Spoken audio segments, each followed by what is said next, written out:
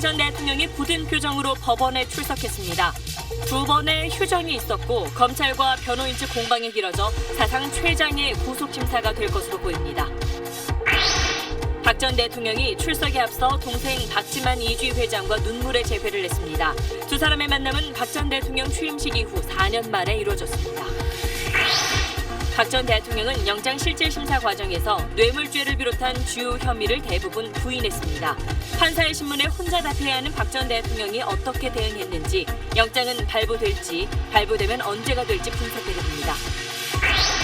전두환 전 대통령이 곧 출간될 회고록에서 지난 2002년 박근혜 의원에게 대권에 대한 뜻을 접으라고 했다고 증언했습니다. 당시 박 전 대통령의 여건과 능력으론 무리한 욕심으로 봤다고 밝혔습니다. 지난해 갤럭시 노트 7 배터리 발화 파문으로 큰 타격을 입은 삼성전자가 신형 스마트폰 S8을 공개했습니다. 더 커진 화면에 인공지능과 얼굴 인식 기능 같은 첨단 기술이 총동원됐습니다. 음주운전 차량이 다른 차량을 들이받고 멈춰 서 있다가 다시 지하철역으로 돌진해 행인 3명이 다쳤습니다. 주위에 있던 시민들이 분노할 정도로 아찔한 음주운전이었습니다. 차가 있으니까 어떻게 저렇게까지 들어갔나 그랬죠. 인천에서 초등학교 2학년 여자 어린이가 실종 신고 뒤 6시간 만에 숨진 채 발견됐습니다. 시신이 심하게 훼손돼 있었는데 피해자를 잡고 보니 10대 청소년이었습니다. 피해자가 기억이 안 난다. 이런 식으로 일관되게 진술하고 있습니다. 국민의당 대선 후보 선출이 유력시되는 안철수 후보의 지지율 상승세가 눈에 띕니다. 한 여론조사에서 2위가 안희정 후보에서 안철수 후보로 바뀌었습니다. 10달 만에 2위로 올라선 겁니다. 세월호에 설치된 일부 유실망 곳곳에 틈이 벌어진 것으로 확인됐습니다. 배 안에 가득한 털이 수습의 변수로 떠올랐습니다. 세월호는 내일 아침 7시 목포로 출발합니다.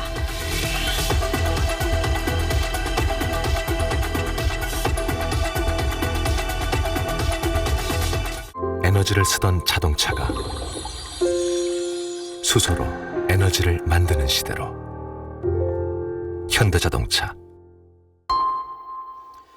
여러분 안녕하십니까? 박근혜 전 대통령 구속 여부가 이제 초읽기에 들어갔습니다. 법원의 영장실질심사 신문 절차는 조금 전에 마무리됐습니다. 영장 전담 판사는 박 전 대통령에 대해서 2번의 휴정을 거쳐 8시간 40분 동안 마라톤 신문을 벌였습니다. 우리 법원의 영장심사 사상 역대 최장 기록입니다. 먼저 이한석 기자가 보도합니다. 자택을 출발한 박근혜 전 대통령은 경찰과 경호팀의 호위 속에 11분 만에 서울중앙지법에 도착했습니다. 삼엄한 경호 속에 부장님, 어떤 점이 궁금하십니까? 죄불함에 인정하십니까? 말없이 영장 심사가 예정된 321호 법정으로 걸어 올라갔습니다. 사상 첫 전직 대통령의 영장 신문은 영장 심사 제도가 도입된 20년 이래 역대 최장 기록을 갈아치웠습니다. 13개의 범죄 혐의, 12만 쪽의 기록 앞에 2차례의 휴정을 거쳐 8시간 40분 동안 마라톤 공방이 벌어졌습니다. 지난달 이재용 삼성전자 부회장이 세운 7시간 30분 기록을 1시간 10분이나 넘어선 기록입니다. 박 전 대통령은 법원에 출석했던 경로를 따라 서울중앙지검으로 이동했습니다. 검찰 여수사관 2명이 차량 뒷좌석 양 옆에 앉았습니다. 유치 장소는 지난주 박 전 대통령이 소환 조사를 받았던 10층 조사실입니다. 서울구치소에서 대기하지 않아 수위는 입지 않게 됐습니다. 구속의 갈림길에 선 박 전 대통령은 법원의 판단을 기다리며 생애 가장 긴 하루를 보낼 것으로 보입니다. SBS 이한석입니다. 지난 21일 검찰 조사를 받으러 나가면서 박근혜 전 대통령이 남긴 메시지는 단 2마디, 8초, 29자였습니다. 너무 짧고 제대로 사과하지 않았다는 비판이 많았죠. 오늘 전직 대통령으로는 처음으로 영장심사를 받으러 나가면서는 아예 준비된 포토라인에 서지도 않았습니다. 굳은 얼굴로 아무런 메시지 없이 법정으로 향했습니다. 보도에 박현석 기자입니다. 구속영장 심사를 10분쯤 앞둔 오전 10시 20분쯤 박근혜 전 대통령은 서울중앙지방법원에 도착했습니다. 차에서 내린 박 전 대통령의 표정은 잔뜩 굳어 있었습니다. 취재진을 의식해서인지 한동안 다른 곳을 응시하더니 법원 건물로 들어섰습니다. 경호원에게 어디로 가야 하는지 물었을 뿐 미리 마련된 포토라인에는 잠깐도 멈추지 않았습니다. 부장님, 이게 어떤 점에 송구하십니까? 죄불함에 인정하십니까? 쏟아지는 취재진의 질문에는 여전히 입을 굳게 다물었습니다. 구속영장 신문을 받고 법원 청사를 떠나면서도 역시 묵묵부답이었습니다. 박 전 대통령은 지난 12일 청와대를 떠난 이후 두 차례 직간접적으로 진실은 반드시 밝혀진다거나 국민께 송구스럽게 생각한다는 짧은 입장만 내놨습니다. 하지만 이런 입장 표명은 진솔한 사과나 국민 화합 메시지를 기대했던 여론과는 차이가 컸습니다. 헌정사상 처음 구속영장 심사를 받게 된 전직 대통령에게 결국 국민은 단 한마디 말도 듣지 못했습니다. SBS 박현석입니다. 방금 보신 것처럼 박근혜 전 대통령은 지금 서울중앙지방검찰청 청사에서 영장 발부 여부를 기다리고 있습니다. 구속될지 여부는 내일 새벽에 결정될 것 같습니다. 윤나라 기자입니다.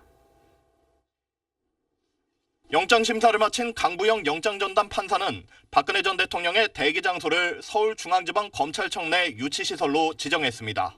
통상 영장심사를 마친 피의자들이 가는 서울구치소로 대기 장소가 결정될 경우 동선이 길어져 경호 문제가 생길 수 있다는 검찰 측 의견을 받아들인 겁니다. 검찰은 이미 오늘 오전부터 검찰청사 일부 층의 출입을 제한했고 박 전 대통령이 대기할 수 있도록 준비해뒀습니다. 법원 결정에 따라 영장심사를 마친 박 전 대통령은 차량을 이용해 법원에서 약 300m 떨어진 서울중앙지검으로 이동했습니다. 전직 대통령이 이용하는 에쿠스 리무진 대신 검찰에서 제공한 호송차를 이용했습니다. 현재 청사 10층 조사실에서 영장심사 결과를 기다리고 있습니다. 구속 여부 결론은 오늘을 넘길 가능성이 큽니다. 앞서 구속된 삼성전자 이재용 부회장의 경우 영장심사가 오전 10시 반 시작돼 저녁 6시 반에 끝났고 다음날 새벽 5시 반에 구속이 결정됐습니다. 영장심사 시작부터 영장 발부까지 19시간이 넘게 걸렸는데 박 전 대통령의 경우 같은 시각 영장심사가 시작돼 이 부회장보다 1시간 10분 늦게 끝났습니다. 혐의가 이 부회장보다 많고 영장 기록도 방대해 이 부회장의 영장 발부가 결정됐던 새벽 6시 무렵을 넘길 가능성도 있습니다. SBS 윤나라입니다. 돌아가신 부모님은 참석하실 수 없지만 저 하늘나라에서 더없이 기뻐하실 것이라고 생각합니다. 지난 2004년 박근혜 전 대통령은 동생 지만식 결혼식에서 혼주 자격으로 하객을 맞으면서 이렇게 말했습니다. 박 전 대통령은 이듬해 태어난 조카를 자신의 보물 1호라고 말할 정도로 동생 가족을 챙겼지만 재임 시절에는 따로 만나지 않은 걸로 알려졌습니다. 오늘 법원에 가기 전에서야 동생 가족과 4년 만에 재회했습니다. 이승재 기자입니다. 박근혜 전 대통령의 영장 실질 심사를 1시간 정도 앞두고 박지만 회장과 서양희 변호사 부부가 삼성동 자택을 찾았습니다. 박 회장 부부는 자택 2층에서 박 전 대통령을 20분 동안 따로 만났습니다. 2013년 2월 취임식 이후 4년 만에 만남이었습니다. 2층에서 내려온 뒤 부부의 눈시울이 붉었고 박 전 대통령도 눈가가 젖어 있었다고 친박 의원들은 전했습니다. 좀 젖어 계셨어요. 담담하게 말씀하시는데 마음의 준비를 하고 계신 것 같고. 불미스러운 일이 생길까 봐 가족과 교류마저 끊었다던 박 전 대통령이 구속 위기에 처하자 동생을 찾은 것 아니냐는 해석이 나왔습니다. 박 전 대통령이 법원으로 떠나자 박 회장은 아버지 박정희 전 대통령 묘역을 찾아 참배하기도 했습니다. 박 회장은 최근 주변에 탄핵된 누나를 어떻게든 돕고 싶다고 말한 걸로 알려졌습니다. 박 전 대통령은 또 최경원, 윤상현 등 친박 의원들의 힘내시라는 말에 마음을 아프게 해서 미안하다고 답했다고 친박 의원들은 전했습니다. SBS 이승재입니다. 박근혜 전 대통령의 삼성동 자택 앞은 오늘 하루 숨가쁘게 돌아갔습니다. 친박 정치인들이 집 안에 들어갔고 박 전 대통령이 자택을 나서자 지지자들의 오열이 이어졌습니다. 이호근 기자가 지켜봤습니다. 이른 아침 삼성동 자택 앞, 담요와 태극기, 성조기로 몸을 감싼 지지자 100여 명이 길에 드러누웠습니다. 박 전 대통령의 법원 출석을 막겠다며 결사대를 자처한 겁니다. 경찰이 경고방송을 하며 팔과 다리를 붙잡고 끌어내자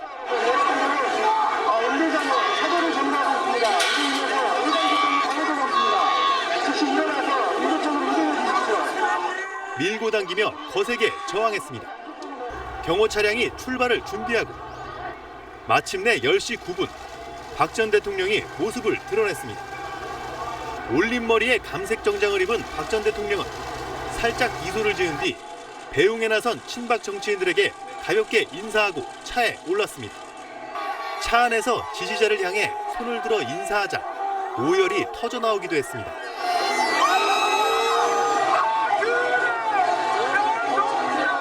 일부 지지자들이 경찰이 쳐놓은 방어벽을 무너뜨리면서 차가 잠시 멈추기도 했지만 2분 뒤 큰 길로 빠져나갔습니다.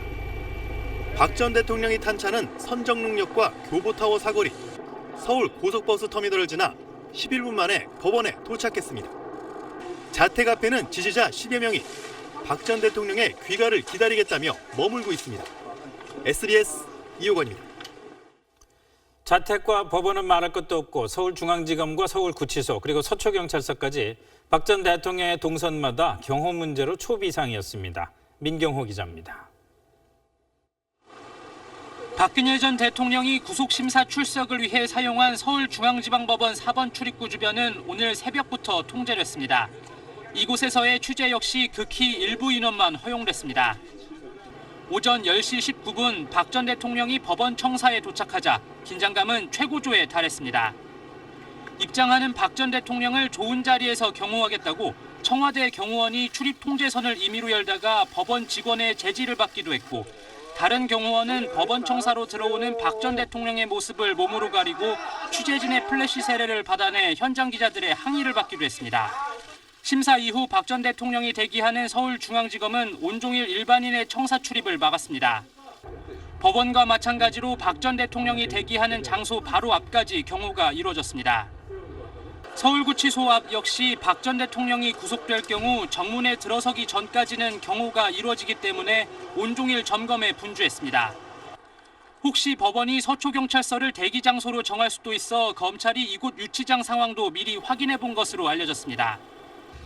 박 전 대통령이 검찰청사에서 결과를 기다리고 있는 가운데 앞으로 경호에 대비해야 할 곳은 박 전 대통령 자택과 서울구치소뿐입니다. SBS 민경호입니다. 박 전 대통령은 영장 전담 판사와 마주한 채 신문에 임했습니다. 구속 여부를 가리는 핵심 쟁점은 역시 뇌물 혐의 인정 여부인데 박 전 대통령은 전혀 몰랐다는 입장을 유지한 걸로 전해졌습니다. 박하정 기자입니다. 서울중앙지법 321호 법정 한가운데 마련된 피의자석에 박 전 대통령은 혼자 앉았습니다. 검찰 측이 박 전 대통령의 왼쪽에, 변호인단인 유영하, 최명성 변호사는 오른편에 자리했습니다. 구속영장 청구서에 적시된 박 전 대통령의 혐의를 검사가 하나하나 설명하며 구속 필요성을 강조하면 변호사들이 적극적으로 이를 반박했습니다. 그 뒤 신문을 맡은 강부영 영장 전담 판사는 박 전 대통령을 내내 피의자로 호칭하며 각 쟁점에 대해 박 전 대통령의 소명을 일일이 확인했습니다. 박 전 대통령은 최순실 씨 등과 공모한 것으로 돼 있는 13가지 혐의를 두고 자신은 전혀 몰랐다며 결백을 주장한 것으로 전해졌습니다. 특히 양측은 재단 출연이나 삼성 지원과 관련된 뇌물죄 혐의를 두고 가장 치열한 공방을 벌였습니다. 박 전 대통령 측은 어제 재단 출연금을 뇌물로 보는 검찰 주장이 가장 문제라고 지적한 바 있습니다. 유영하 변호사는 박 전 대통령의 혐의를 부인하며 울먹거리기도 한 것으로 알려졌습니다. 형량이 가장 무거운 뇌물 혐의의 개연성이 받아들여질 경우 사안의 중대성도 인정되는 만큼 양측이 공방에 가장 많은 시간을 들인 것으로 보입니다.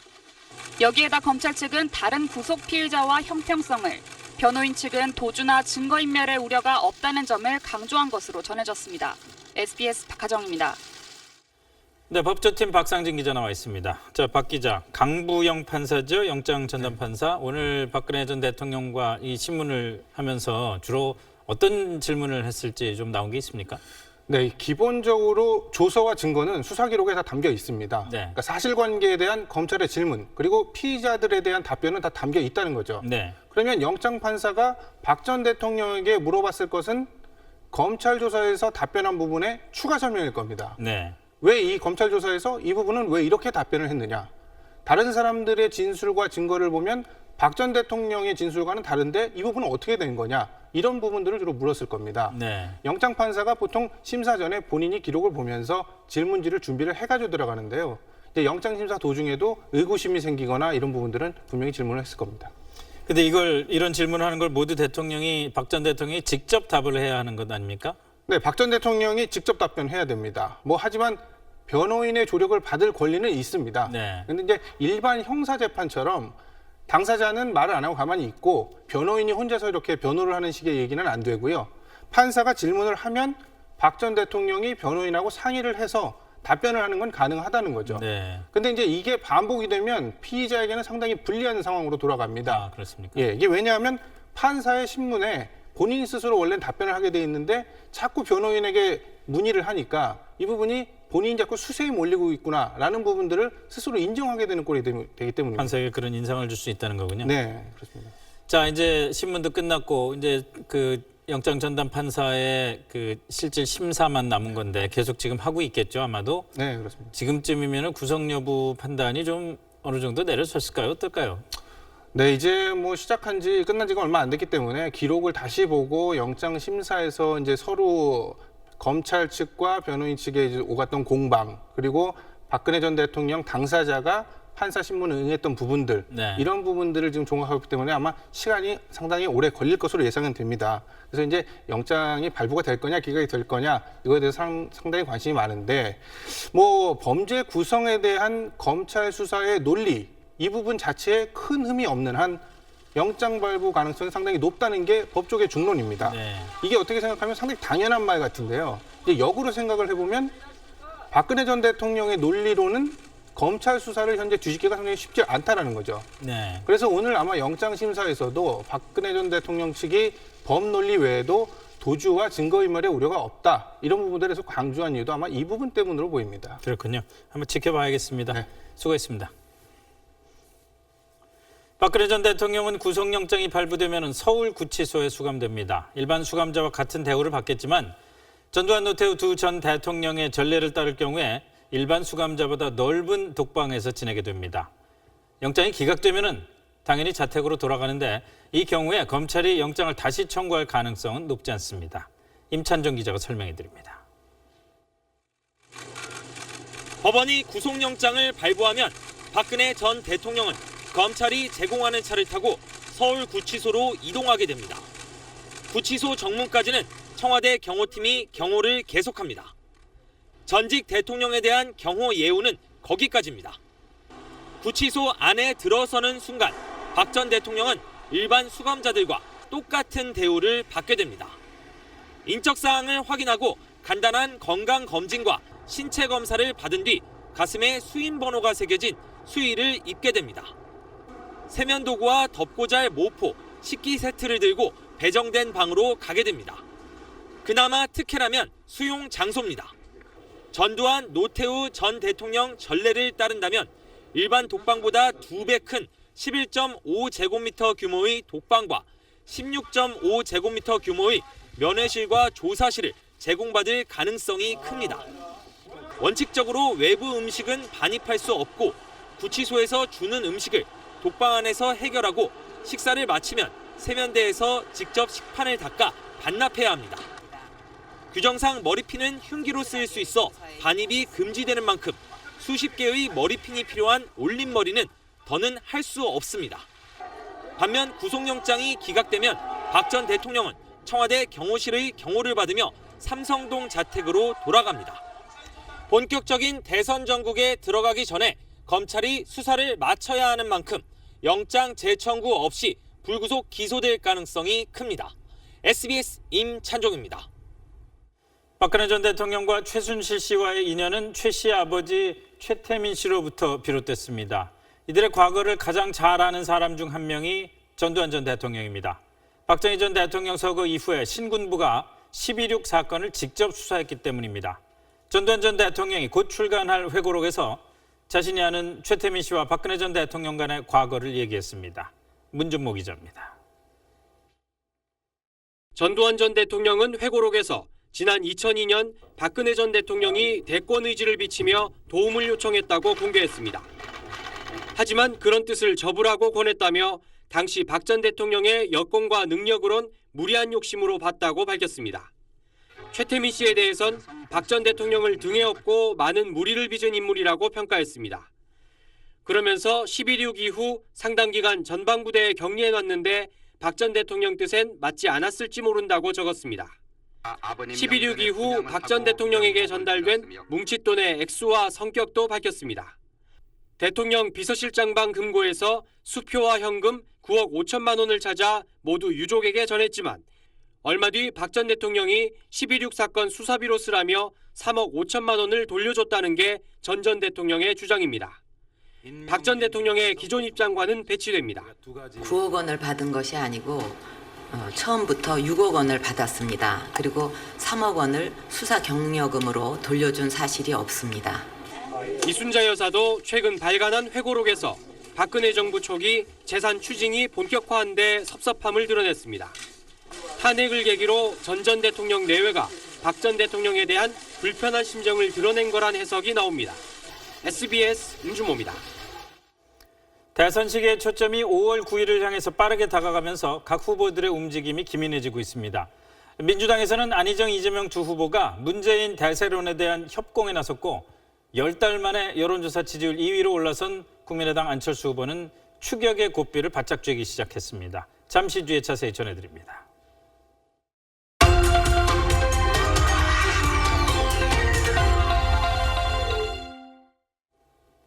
삼성전자가 뉴욕에서 공개한 신형 스마트폰 S8입니다. 지난해 노트7 배터리 발화로 단종 사태까지 겪은 삼성의 야심작이어서 전 세계에 관심이 쏠렸습니다. 화면은 전보다 훨씬 시원해졌고 인공지능, 얼굴 인식 기능 같은 첨단 기술도 적용됐습니다. 갤럭시 S8로 삼성전자가 잃어버린 시장의 신뢰를 되찾을 수 있을지 뉴욕에서 최대식 특파원이 보도합니다.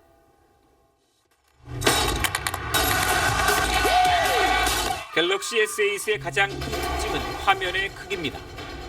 홈 버튼을 내장형으로 바꾸며 아래 위 양옆의 테두리를 거의 없애 18.5대 9 비율의 스크린이 앞면의 83%를 차지합니다. The Infinity display is really impressive because a lot of smartphones you always see really big bezels, so Samsung's definitely doing something different that no one else is doing. So I would say that's my favorite feature. 인공지능 프로그램도 탑재했습니다. 사진 찍기, 전화 걸기 같은 단순 기능은 물론 스마트폰의 특정 파일을 연락처에 있는 사람에게 보내라는 복잡한 명령까지 수행할 수 있습니다. 메시지를 보내려면 보내기 버튼을 눌러주세요. 지문과 홍채 외에 얼굴 인식도 가능하고 주변 기기로 모니터에 연결하면 PC처럼 쓸 수 있습니다. 삼성은 배터리 검사와 안전장치를 대폭 강화했다고 밝혔습니다. We put the Galaxy S8 through our toughest safety testing process ever. With an 8-point battery safety check that goes beyond the industry standard. 갤럭시 S8은 다음 달 21일 국내를 시작으로 세계 시장에 출시됩니다. 경쟁자 애플은 올가을 10주년 기념 제품인 아이폰 8을 내놓습니다. 지난해 10월 갤럭시 노트 7 단종 이후 혹독한 시간을 보냈던 삼성이 새 제품으로 잃어버린 시장과 고객의 신뢰를 되찾을 수 있을지 주목됩니다. 뉴욕에서 SBS 최대식입니다.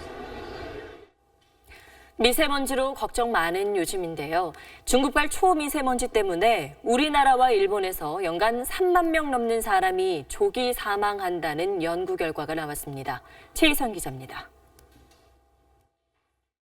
형광물질을 입힌 초미세먼지를 마셨더니 불과 5분 만에 폐에 도달하고 45분이 지나자 뇌와 방광에 가득 찹니다. 잠깐만 외출해도 불편함을 느끼는 이유입니다. 목이 좀 칼칼하고 좀만 걸어도 숨쉬기가 곤란하고 폐에 뭐가 낀 것 같은 느낌인 거 좀 있어요. 국제연구팀이 2007년 한 해 동안 전 세계 228개국에서 제조업으로 발생한 초미세먼지 농도와 유입 경로, 그리고 초미세먼지가 발병 위험을 높인다고 알려진 심장질환과 뇌졸중, 폐암 등으로 일찍 숨진 사람의 수의 상관관계를 분석했습니다. 그 결과 345만 명이 조기 사망한 것으로 나타났고 이 가운데 12%에 해당하는 41만여 명은 다른 나라에서 넘어온 먼지 탓에 일찍 숨진 것으로 분석됐습니다. 한국과 일본도 3만 900명이 중국발 초미세먼지 때문에 조기 사망한 것으로 계산됐습니다. 중국으로부터 상당히 많은 먼지들이 전 세계로 퍼져나가고 있다는 것들을 보여주고 있고요. 특히나 이제 동아시아 지역, 우리나라나 일본과 같은 지역으로는 아주 굉장히 큰 건강 영향을. 실제로 고농도 초미세먼지가 수도권을 덮친 지난 21일에는 전체 초미세먼지 가운데 86%가 중국발인 것으로 분석됐다고 환경부는 밝혔습니다. 연구진은 많은 기업들이 값싼 노동력과 환경 규제가 허술한 지역에 공장을 세우는 바람에 초미세먼지로 인한 피해가 더 커지고 있다고 밝혔습니다. SBS 최희선입니다. 음주운전 차량이 지하철 출입구로 돌진해 행인 3명이 다쳤습니다. 만취한 운전자는 직전에 다른 사고를 내고도 내리지 않은 채 사람들 사이로 굉음을 내며 돌진해 인명피해를 냈습니다. 김기태 기자입니다. 어젯밤 9시쯤 지하철 1호선 인천 동암역 앞도로 소나타 승용차 한 대가 주차된 차량을 들이받고 멈춰서 있습니다. 운전자가 차량에서 내리지 않자 길 가던 시민이 승용차 보조석 문을 열고 상태를 살핍니다. 바로 그 순간 승용차가 갑자기 굉음을 내며 지하철역 출입구 쪽으로 돌진합니다. 여기저기서 비명이 터져나오는 가운데 차량은 행인 3명을 친 뒤에야 멈춰섰습니다. 놀란 시민들이 운전자에게 내리라고 소리를 지릅니다. 이 사고 당시의 충격으로 출입구 난간이 이렇게 부서져 있고 이 바로 옆에는 차량에서 떨어져 나온 걸로 보이는 부품도 보시는 것처럼 남겨져 있습니다. 차가 있으니까 어떻게 저렇게까지 들어갔나 그랬죠. 사람이 거기 누가 열고 닫고 하는 것 같아서 보니까 사람이 있더라고. 음료수가. 승용차 운전자 63살 진모 씨는 혈중 알코올 농도 0.076%, 면허 정지에 해당하는 만취 상태였던 것으로 드러났습니다. 전철 이용 안 해서 지나가시는 분이 많으세요. 그때 차가 만약에 도착해가지고 사람들 우르르 나올 때서 큰일 났다고. 경찰은 술에 취해 횡설수설하던 진 씨를 일단 집으로 돌려보내고 내일 다시 소환해 조사할 예정입니다. SBS 김기태입니다. 초등학교 2학년 여자 어린이가 대낮에 아파트 근처에서 유괴된 뒤 잔인하게 살해된 채 발견됐습니다. 살해 용의자는 17살 동네 언니입니다. 김관진 기자가 보도합니다. 인천 연수구의 한 아파트.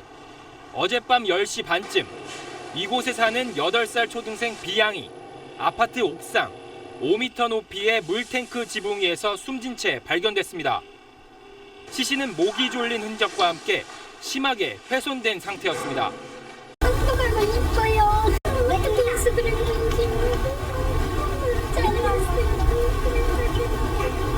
B양은 어제 낮 12시 45분쯤 친구와 함께 집 근처 공원에 놀러 갔다가 귀가하지 않아 실종 신고가 된 상태였습니다. 휴대전화를 빌리기 위해 누군가를 따라간 게 B양의 마지막 모습이었습니다. 엄마랑 놀아도 되냐고 물어봐서 전화 빌리려고 했거든요. 여기 집이라고 이렇게 손가락 대놨거든요. 지금 이곳이 피해 아동이 피의자를 따라 나선 공원입니다. 사건이 벌어진 아파트 단지와는 불과 200여 미터 거리입니다. 경찰에 붙잡힌 용의자는 같은 아파트 단지에 사는 17살 A양. 아파트 엘리베이터 CCTV에는 A양이 어제 낮 12시 49분쯤 B양과 함께 자신의 집으로 올라가는 모습이 찍혔습니다. A양의 집 화장실에선 혈흔도 발견됐습니다. 당시 A양의 부모는 집을 비웠던 것으로 확인됐습니다. A양은 범행 사실은 인정하면서도 기억이 나지 않는다고 주장하고 있습니다. 피의자가 기억이 안 난다 이런 식으로 일관되게 진술하고 있습니다. A양은 부적응 등을 이유로 지난해 학교를 자퇴하고 우울증 약을 복용하는 것으로 전해졌습니다. 경찰은 A양에 대해 구속영장을 신청하고 정신감정을 의뢰할 예정입니다. SBS 김관진입니다. 더불어민주당 경선의 마지막 TV 토론회가 SBS 초청으로 열렸습니다. 결선 투표에 가기 위해서 문재인 후보의 과반 득표를 막아야 하는 안희정, 이재명 두 후보의 협공이 거셌습니다. 정영태 기자가 취재했습니다. 영남과 수도권 경선을 남겨두고 열린 마지막 TV 토론회. 문재인 후보가 대통령이 되면 당정 일체를 통해 문재인 정부가 아닌 민주당 정부를 만들겠다고 하자 안 후보가 친문계가 장악한 민주당은 청와대 거수기가 될 거라고 공세에 나섰습니다. 실질적으로 당내에 가장 큰 세력을 형성하고 있습니다. 대통령이 되어서 정당 업무의 총재처럼 지휘하시겠다는 말씀입니까? 그렇지 않죠. 정당의 공천이라든지 정당의 운영에는 관여할 필요가 전혀 없습니다. 이재명 후보도 문 후보의 대규모 캠프에 부적절한 인물이 많다고 지적했습니다. 주변에 너무 많은 기득권자들이 모여 있어요. 재벌의 사회이사 출신 15명이나 됩니다. 결국은 기득권자들을 위한 정권으로 흘러가지 않을까. 문 후보의 반격도 날이 서 있었습니다. 이 후보에겐 편향된 사고 때문에 지지율이 낮은 게 아니냐. 안 후보에겐 대연정을 하면 자유한국당의 공직과 정책을 양보해야 하는데 그게 민심이냐고 비판했습니다. 총리직을 내주고 정책 공약을 바꾸고 국민들 유임해 줬습니까?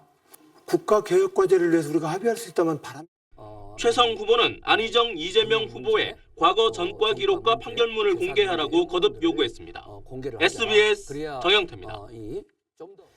국민의당 대선 후보로 유력한 안철수 후보의 지지율 상승세가 돋보입니다. 국회템 정유미 기자와 함께 얘기 나눠보겠습니다.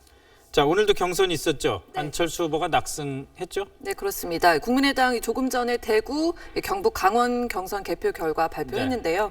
네. 총 11,300여 명이 참여한 투표에서 안철수 후보 72.4%를 득표해서 4연승을 이어갔습니다. 이 누적 득표율 보시면 안철수 후보 66.2%고요. 손학규 후보 22.6%, 박주선 후보 11.2%입니다. 격차가 많이 나네요. 근데 네. 오늘 여론조사 나온 거 보니까 안철수 후보가 2위로 올라섰다. 전체 대선 주자들 중에서요. 네. 이게 10개월 만이라면서요? 그렇습니다. 이 1위는 여전히 민주당 문재인 후보가 좀 지키고 있는 가운데 2위가 이 안희정 후보에서 안철수 후보로 좀 바뀌었습니다. 이 안철수 후보로서는 이 기관 조사에서 10달 만에 2위 자리를 되찾은 건데요. 그래서 안철수 캠프에서는 안철수의 시간이 시작됐다. 제2의 안풍이 불고 있다면서 매우 고무된 분위기입니다. 그렇겠네요. 근데 왜 이렇게 지지율이 급상승하는 것 같습니까? 네, 이 안철수, 안희정 두 주자의 좀 지지율을 보면 좀 짐작을 할 수 있습니다. 이 안희정 후보 5.1%포인트 하락을 했고요. 안철수 후보는 4.8%포인트 상승했습니다. 거의 안희정 후보 잃은 만큼 안철수 후보가 네, 비슷하죠. 얻은 거네요. 예. 그래서 민주당 경선에서 이 문재인 대세론이 좀 힘을 받으면서 이 안희정 후보의 지지율이 좀 크게 하락한 양상인데 네. 근데 보면은 이 문재인 후보의 지지율에는 크게 변화가 없습니다. 또 다른 후보들의 이 지지율도 마찬가지고요. 네. 그래서 결국 이 안희정 후보의 지지층이 좀 성향이 비슷한 안철수 후보 쪽으로 상당히 이동했다 이렇게 해석할 수 있을 것 같습니다. 자, 그럼 뭐 얘기 나온 김에 민주당 경선 얘기를 해보죠. 이렇게 안희정 후보의 지지율이 떨어지는 큰 이유 중에 하나가 지금 계속 경선에서 문재인 후보가 큰 승리를 거두고 있고 그렇게 되다 보니까 결선 투표 가능성이 낮다라는 판단인 것 같기도 한데 네. 실제로 결선 투표 가능성 어떤 것 같습니까? 네, 지금 문재인 후보 누적 득표율이 55.9%거든요. 네. 예, 결선 투표 조건이 과반에서는 그렇죠. 다소 여유가 좀 있습니다. 이제 경선이 이제 2차례 남았습니다. 내일 영남권 그리고 다음 주 월요일 수도권인데요. 특히 이 수도권의 비중이 60%나 됩니다. 그래서 안희정, 이재명 후보로서는 이 문재인 후보의 득표율을 47.5% 아래로 좀 묶어둬야 됩니다. 그래야지 이제 결선 투표를 갈 수 있는 거고요. 그런데 이제 문재인 후보의 고향이 좀 영남인데다가 또 최근 여론조사에서 수도권에서 좀 문 후보가 강세를 보여왔거든요. 네. 그런 점은 좀 뒤따라가는 후보들에게 상당히 부담이라고 할 수 있겠습니다. 그렇겠군요. 한번 지켜봐야 되겠습니다. 수고했습니다. 자, 다음은 자유한국당입니다. 자유한국당 대선 후보 선출은 내일입니다. 후보들 경쟁이 오늘도 치열했는데 홍준표 후보는 집안일보다는 바른정당 유승민 후보와의 보수 후보 단일화 신경전에 더 바빴습니다. 정성진 기자가 취재했습니다. 대선 후보 선출 하루 전 자유한국당 김진태 후보는 경선 경쟁자인 홍준표 후보를 몰아붙였습니다. 홍 후보가 박근혜 전 대통령을 춘향인 줄 알았더니 향단이었다라고 풍자한 걸 그대로 되갚았습니다. 이몽룡인 줄 알았더니 방자였더라. 입으로 쌓는 악업을 그렇게 쌓다 보면 그게 다 돌아옵니다. 김관용 후보는 박정희 전 대통령 묘역에서 산업화 업적 재평가를, 이인재 후보는 천안함 희생자 묘역에서 안보를 역설했습니다. 홍준표 후보는 당내 공격에는 별 대꾸 없이 바른정당 유승민 후보에게 화살을 돌렸습니다. 지금 주적은 문재인 후보라며 유 후보를 지난 대선 때 박근혜 후보를 공격한 이정희 후보에 비유했습니다. 유정희 후보가 자꾸 그러면 2012년도 대선 때 이정희 의원 역할밖에 안 돼요. 그래서 시비를 걸지 말라는 겁니다. 4.12 재보궐 지원 유세에 나선 유승민 후보는 홍 후보의 어제 배신자 발언을 조폭에 빗대 비판했습니다. 살인자는 용서해도 조직을 배신한 자는 용서 안 한다. 이런 거 완전히 조폭 영화에 나오는 이야기 아닙니까? 유 후보는 이명박 전 대통령을 찾은 데 이어 주말엔 대구를 찾아 때리면 맞을 각오로 지지를 호소하겠다고 밝혔습니다. SBS 정성진입니다. 우리는 대선 때문에 바쁜데 북한은 다른 일 때문에 바쁜 것 같습니다. 북한의 추가 핵실험 가능성이 갈수록 높아지고 있습니다. 안정식 북한 전문 기자와 함께 알아보겠습니다. 자, 안 기자. 네. 그 38로스 이게 미국의 북한 전문 매체죠. 또 예. 오늘 위성 사진하고 여러 가지 내용들을 공개한 모양인데 어떤 것들인지 소개 좀 해주시죠. 네, 오늘 공개된 것은 이제 풍계리 핵실험장의 넓은 공터에 사람들이 지금 도열해 있는 모습인데요. 네. 한번 보시겠습니다. 네. 네, 이틀 전인 28일 날 찍은 사진인데요. 이 100명 남짓한 사람들이 여러 형태로 대열을 이루고 있습니다. 과학자, 기술자들이 뭔가를 하기 위해서 다 모여있는 듯한 모습인데요. 38로스는 이런 모습이 촬영된 것이 3차 핵실험이 있었던 2013년 2월, 직전인 2013년 1월 이후로는 처음이다 이렇게 설명을 하고 있습니다. 어제 이제 풍계리 지역에서 통신 케이블이 발견됐다 이런 얘기도 보도도 있었는데 전반적으로 이제 6차 핵실험이 굉장히 임박한 증거다라고 38로스는 설명을 하고 있습니다. 이 정도 사진이라면 사실 북한도 풍계리를 위성으로 다 내려다보고 있다는 사실 알 텐데. 예. 뭐 숨기려는 기색도 없고 일부러 봐라 이런 느낌까지 드네요. 예, 그렇습니다. 풍계리 지역은 이 미국의 정찰 위성이 사실 24시간 감시를 하고 있습니다. 네. 사람들이 이렇게 많이 모였다라면 당연히 촬영되는 걸 알 수 있었을 텐데요. 쉽게 말해서 북한이 일부러 봐라 이렇게 하고 있는 겁니다. 그렇다면 북한이 왜 이렇게 봐라 하고 있느냐는 건데 첫째는 기만 전술의 가능성이 있고요. 둘째는 아예 감출 필요가 없다 이런 판단일 수가 있는데 현재로서는 이 두 번째 후자일 가능성이 높아 보입니다. 그만큼 핵실험 가능성이 더 높다는 얘기고요. 예, 그 미국이 이제 전략적 인내는 끝났다라고 하면서 이제 군사 조치까지 거론을 하고 있지 않습니까? 네. 북한 입장에서는 뭔가를 보여줘야 될 타이밍이기 때문에 아예 다 드러내놓고 미국에 대해서 정치적인 압박도 하면서 핵실험도 공개적으로 준비하는 양상이다 이렇게 봐야 될 것 같습니다. 이번에 핵실험을 하면 몇 차죠? 이번에 하면 이제 6차가 되는 거죠. 6차죠. 지난번 핵실험이 작년 9월인가 있었고. 작년 9월이었고요. 이번에 만약에 6차 핵실험을 한다면 뭐 어떤 다른 형태의 핵실험이거나 그런 게 있을 수 있습니까? 예, 먼저 오늘 그 합참 발표 먼저 한번 들어보시겠습니다. 네. 이전과는 다른 양상의 어떤 핵실험을 할 가능성에 대해서도 배제하지 않고 있습니다. 예, 그러니까 이제 이전에 했던 5차례 핵실험보다 폭발력을 엄청나게 크게 하거나 아니면 파키스탄처럼 한 번만 하는 게 아니라 한 2, 3일에 걸쳐서 연속적으로 핵실험을 여러 차례 하는 이럴 이제 가능성이 제기가 되고 있는데요. 네. 북한의 입장에서는 어차피 지금 주변 상황이 안 좋지 않습니까? 그러니까 이런 상황에서 아예 핵 보유국의 지위를 확실히 다져놓는 게 향후 협상력을 높이는 데 도움이 된다. 이렇게 판단하고 있을 가능성이 있습니다. 제발 좀 안 했으면 좋겠습니다. 네. 수고했습니다. 세월호가 내일 아침 7시 최종 목적지 목포 신항으로 출발합니다. 지금은 반잠수선 위에서 마지막 항해를 앞둔 마무리 준비 작업이 한창입니다. 심영구 기자가 보도합니다. 날씨가 개고 파도가 잦아들면서 세월호를 실은 반잠수선에서는 하루 종일 출발 준비 작업이 이루어졌습니다. 반잠수선에 바짝 붙은 작업선 크레인에서 부력 탱크 4개 중 마지막 남은 1개를 제거하는 작업이 진행 중입니다. 세월호 선체를 반잠수선에 고정하기 위한 용접 작업도 계속됐습니다. 선체를 받치고 있는 철제빔과 그 아래 지지대까지 모두 50곳을 용접해 고정하는 작업인데 선체에서 흘러나온 기름 때문에 화재 위험이 높아 조심스럽게 작업을 하느라 시간이 걸리고 있습니다. 용접 작업은 오늘 밤 10시쯤, 마지막 부력 탱크 제거는 자정 전후 완료될 예정입니다. 해양수산부는 작업이 완료되면 갑판 정리를 마친 뒤 내일 아침 7시 목포 신항을 향해 세월호가 출발할 예정이라고 밝혔습니다. 이곳에서 최종 목적지까지는 총 105km입니다. 반잠수선 화이트 마리노는 맹골 수도를 지나 불도에서 항해를 안내하는 도선사를 태운 뒤 율도 해역을 거쳐갑니다. 세월호를 실은 반잠수선은 출발 뒤 약 8시간이면 목적지인 목포 신항에 도착할 것으로 예상됩니다. 세월호의 마지막 항해가 곧 시작됩니다. SBS 심영구입니다. 막바지 준비 작업이 한창인 가운데 선체 조사 위원들도 반잠수선에 올라 세월호의 선체 상태를 점검했습니다. 미수습자 수습을 최우선으로 할 방침인데 선체의 펄을 어떻게 처리할지를 놓고 고심하고 있습니다. 원종진 기자입니다. 선체조사위원들을 실은 선박이 반잠수선에 다가갑니다. 이곳저곳 상처난 세월호 모습이 눈앞에 보입니다. 증축된 5층 부분은 특히 부식이 심해 곧 무너질 것 같습니다. 세월호 아래쪽에는 진흙이 잔뜩 쌓여 있습니다. 배수 과정에서 세월호에서 흘러나온 펄입니다.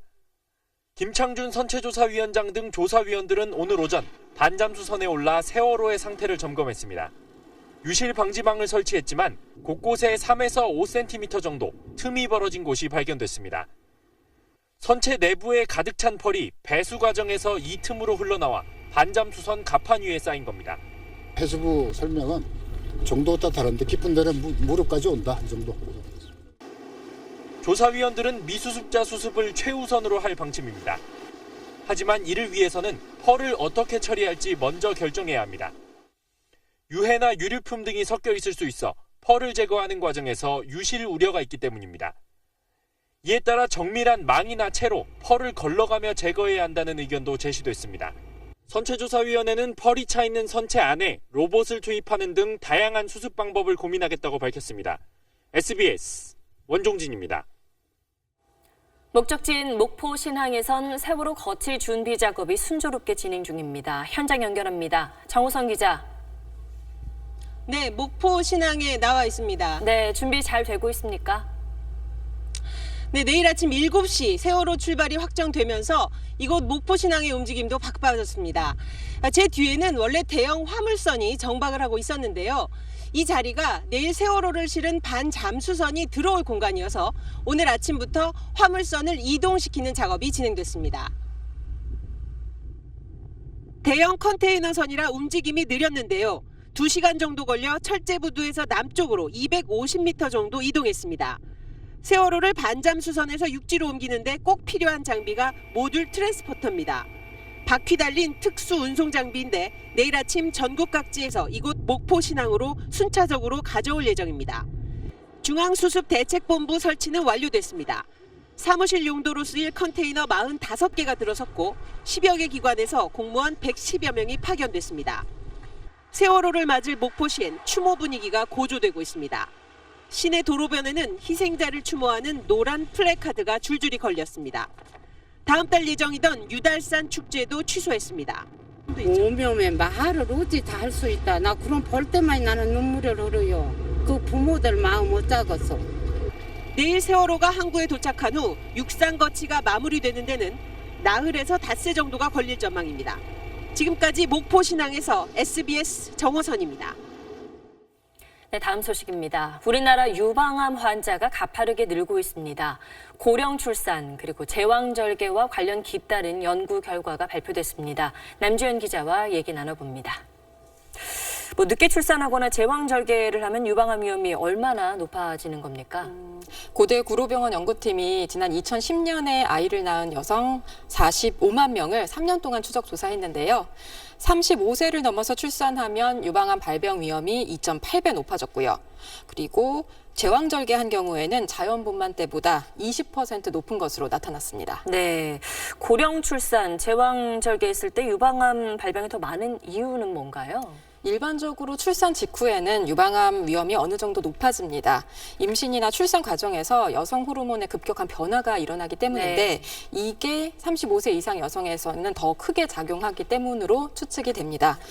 제가 만난 여성도 38살에 출산을 하고요. 2년 뒤에 진단을 받았는데요. 이야기 직접 들어보시죠. 네.